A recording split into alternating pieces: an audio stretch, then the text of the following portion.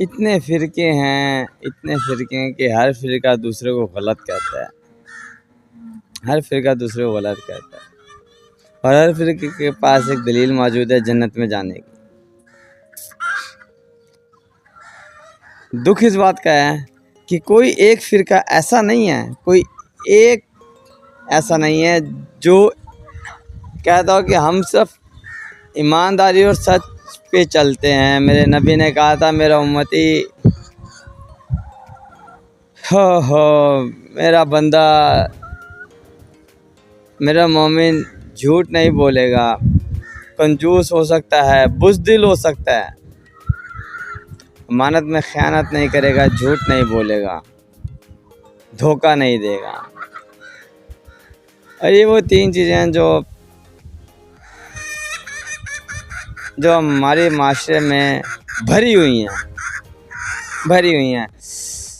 मैं भी नमाज़ पढ़ रहा था तो उसके बाद जब तालीम हुई तो मैं बैठ गया, फ़ज़ाइल अमाल पढ़ रहे थे तो उसमें लिखा हुआ था कि ऐसी नमाज़ें जो ये सोच के, ऐसे गुनाह जो ये सोच के किए जा रहे हैं कि हमारी नमाज़ें हमें बख्शवा लेंगी, तो इनके लिए बड़ा अज़ाब है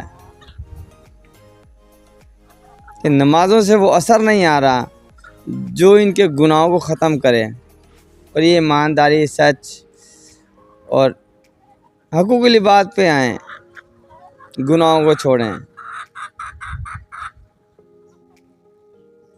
तो ऐसी नमाज़ें जो ये सोचकर पढ़ी जा रही हैं,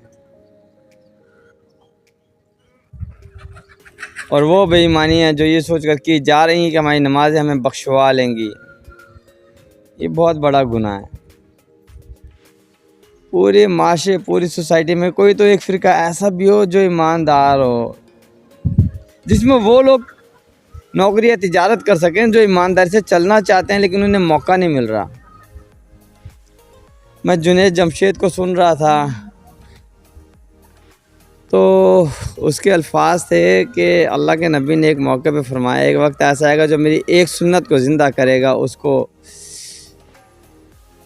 शोहदा जैसा अजर मिलेगा। तो सहाबा कराम ने पूछा, या रसूलल्लाह कौन से शोहदा? कहा, वो शोहदा जो अब शहीद हो रहे हैं, ग़ज़वा बदर, ग़ज़वा उहद, सही है ना, इन शोहदा जैसा अजर मिलेगा। तो सहाबा कराम ने पूछा, रसूलल्लाह इतना अजर? तो आप वसल्लम ने फरमाया, ओए होए, तुम्हें क्या पता उस वक्त एक सुन्नत ज़िंदा करना भी बड़ा मुश्किल हो जाएगा, और एक सुन्नत को ज़िंदा करना ऐसा होगा जैसे अंगारों पे चलना।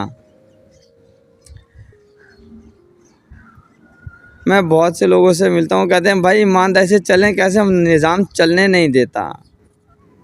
ये बिल्कुल ऐसे ही जैसे पानी मशरिक़ की तरफ बह रहा है, आप मगरिब की तरफ तैर रहे हैं उसमें, तो एक वक्त आएगा आपके बाजू थक जाएंगे, आप शल हो जाएंगे, अब आप डूब के मरेंगे, आपको ऐसा लगेगा आप डूब के मर जाएंगे।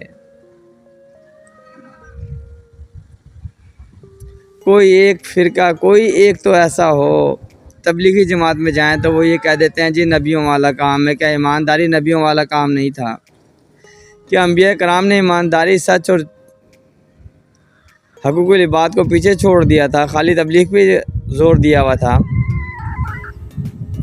यानी हर फ़िरके के पास अपना एक फ़तवा है और हक़ूक़ इबाद को पीछे छोड़ा हुआ है। मैं तो ईमानदारी और सच पे ज़्यादा बात करता होता हूँ कि मुझे माशरे में ये मिलता ही नहीं है। जुल्म की इंतहा है, जनाजे पे ऐलान हो रहा है, किसी का लेना देना हो तो वो रब्ता कर सकते हो। भाई वो जो मिलावट करता हुआ है उसका कौन लेन देन करेगा? वो जो नाप तोल में फ़र्क डालता है उसका लेन देन कौन करेगा? वो जो रिश्वत लेके खाता है वो कौन देगा वापस?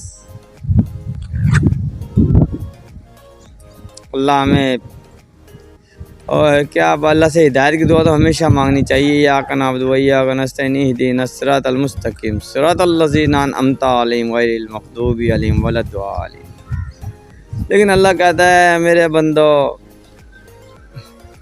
हम हिदायत की दुआ भी नहीं मांगते अपने लिए, हम हिदायत की दुआ भी नहीं मांगते अपने लिए। अल्लाह हमें ईमान नसीब फरमाए, अल्लाह हमें ईमान नसीब फरमाए। दुआ में याद रखिएगा। फ़ी अमानिल्लाह।